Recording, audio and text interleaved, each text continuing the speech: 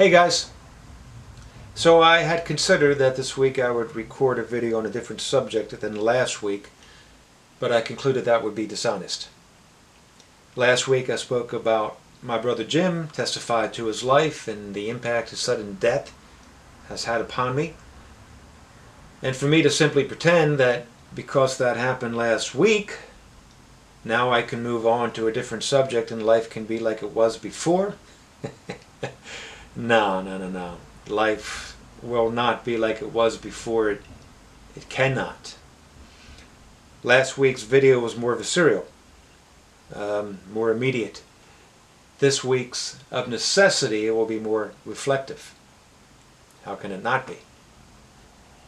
And we do speak of moving on in this country, or more awkwardly, moving forward. It's one of those phrases we bandy about without giving it too much thought.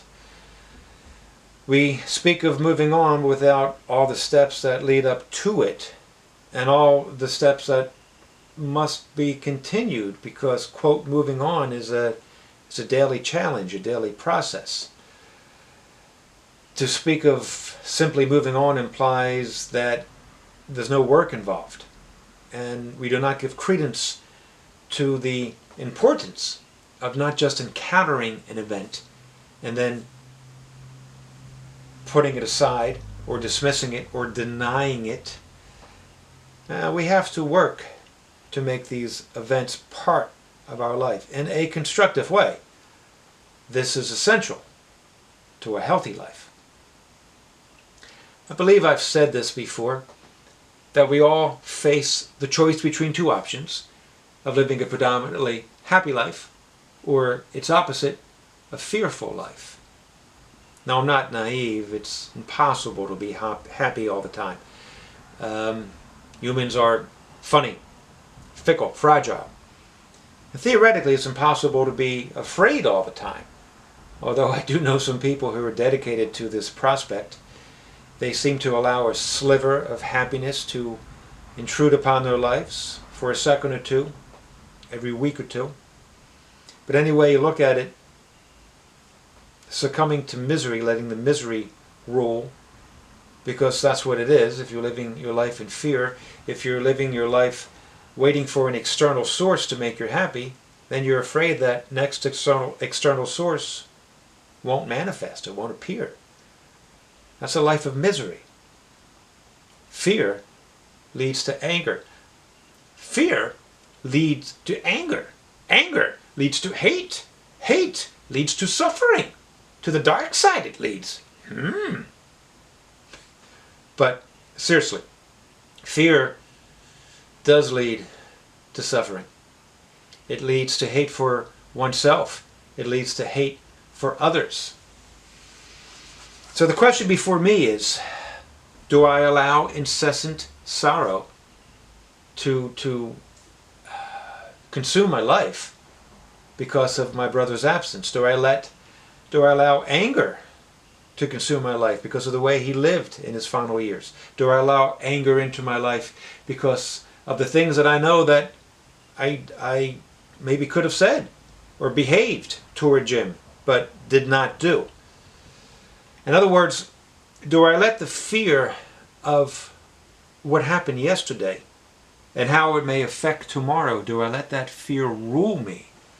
Do I succumb to the cruel dictates of depression because my brother and my family and I have to deal with yet another unlooked for, unexpected, cruel blow? I could, but I won't. Everything that Jim was in his lengthy glory days continues to inform and instruct me, and everything that Jim became in his latter years continues to instruct and inform. Not because he taught me what not to say, what not to do, of how not to lead a happy life. See, we're all guilty of doing things that we shouldn't have done. I'm not going to get on my brother's case because he made the same mistakes I did, and probably will again. I'm not going to get in his case because he makes the same mistakes that we all do. No, Jim's crazy days inform and instruct because through it all, he was human. Jim taught me what it's like to fight, to be human. Even when it may seem very tempting to give up that fight. Even when it seemed that the people around you seem to be saying, yeah, give up the fight. And this is a larger point that I need to make here. We all seem to make excuses for our loved ones, right? That's what we call it, making excuses. We put up with our bigoted father or crazy uncle or cantankerous aunt because, well, that's just them, because they're old or they're ill, that they're from that part of the country. Whatever. More than anything else, we make these excuses because we care for them, because we love them. And this should not stand.